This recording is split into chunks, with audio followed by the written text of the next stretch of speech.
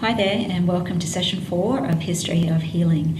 In today's session, we'll talk about traditional African medicine. I'm Dr. Melissa Rangitakatu, and I'll be taking you through today's session. So in today's session, we will describe the historical and cultural context of Indigenous African medicine. We'll define the general African worldview and how it relates to their traditional medicine. We will also describe Indigenous African medicine practices, both historically and Indigenous African medicine practices as they're practiced today. What you're looking at now is the continent of Africa. Present-day Africa is actually the second largest continent on Earth, and it's the second most populous continent on Earth, second to Asia. It comprises of 54 individual countries, and the country of South Sudan is actually the newest country on the continent of Africa. And it has just over 14% of the world's population. The largest river system on Earth is present in Africa, and that's the Nile River. And the continent of Africa is also home to the world's largest desert, which is the Sahara Desert. The image that you're looking at here is a satellite image that was taken in the mid-1990s. And as you look at this image, what you're seeing is the distribution of light sources on the continent of Africa. So knowing that Africa is the second largest country on Earth, or second largest continent on Earth, and it contains 14% of the world's population, it draws a really interesting contrast as we look at this depiction in terms of the development or the lack of development on the continent of Africa compared to some of the other continents that exist today in the world. Africa is considered to be the world's oldest continent on Earth, and certainly throughout the history of Africa, Africa has been home to many different people and many different cultures. It's considered then to be the place of evolution of the human species, and fossil evidence or archaeological evidence of the human species dates back to about 3.5 million years on the continent of Africa. The image that you're looking at here is a Stone Age African spear point, and in Africa we see the first evidence of human technology. In the Neolithic period, which is 8,000 to 5,000 BCE, Africa was considered to be a very wet and fertile region. And because of this, we saw the rise of agriculture, or the beginning of agriculture in our human history, which was related to the fertility of the Sahara Desert at the time, or the Sahara region at the time. And we saw the beginnings of crops such as wheat and barley begin to manifest in the area. Because it was considered to be quite a fertile region, some of the art depictions that we see from this time period depict fish and hippopotamus present in the area. And we also saw the beginning of the domestication of animals. So art also reflected boats hunting hippopotamus and domesticated dogs used in agricultural settings. Egyptian culture began to emerge along the lower regions of the Nile River around 3000 BCE.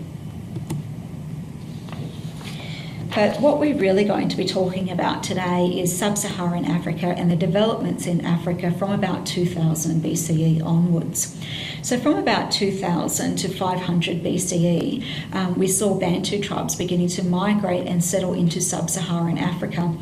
And actually the Bantu people came from West Africa in the area that we now know to be Cameroon and Nigeria.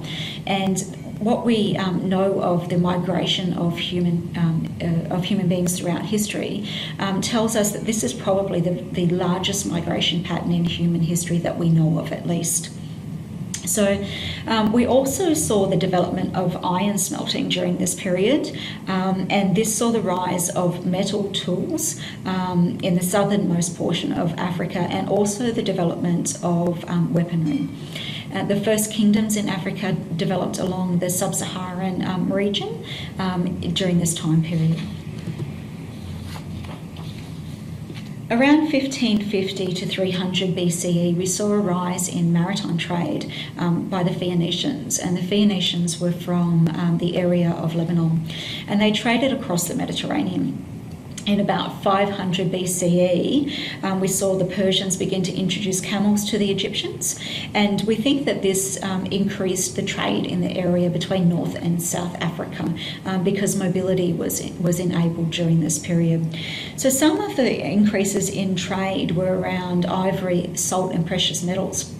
But we also saw trade, or evidence of trade in slaves. And slaves were traded in this area, and some of those slaves were actually taken from battles that occurred between kingdoms during this time frame. Trade routes linked Africa, Asia and Europe, and around 50 BCE we know that the Roman Empire conquered northern Africa.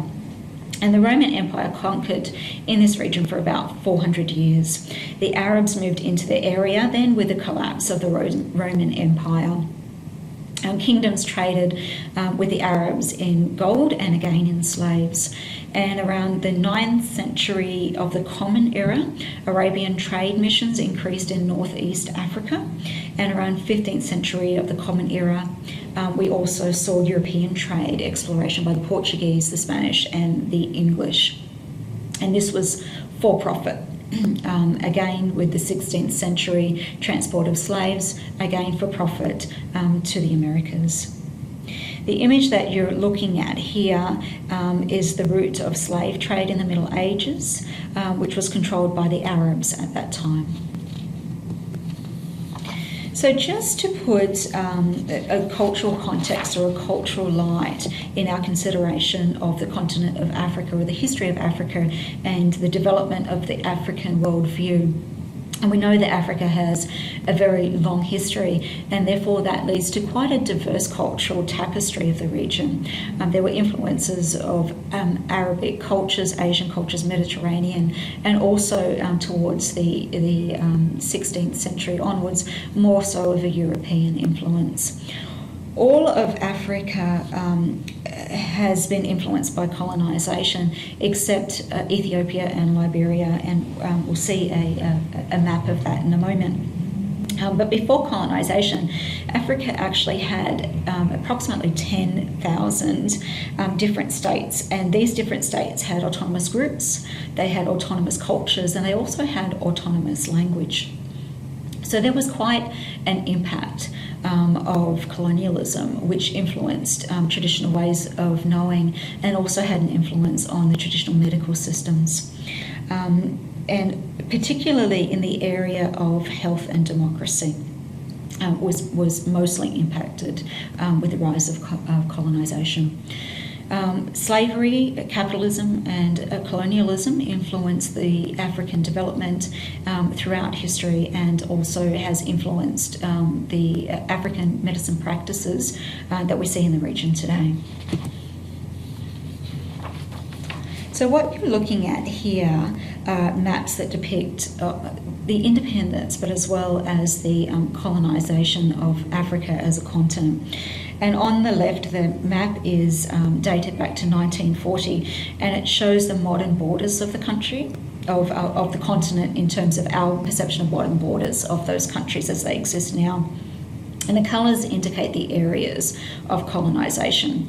And you'll note the areas in pale grey are Ethiopia in the east and Liberia in the west. And these are the only non-colonised countries again that we see in on the continent of Africa. The image that you see over on the right is a map that shows the years in which individual African nations or individual African countries were able to gain independence.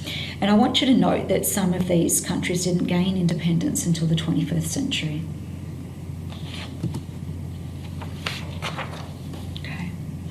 So very few nations on earth have not been touched by sociocultural influences of foreign nations or other countries.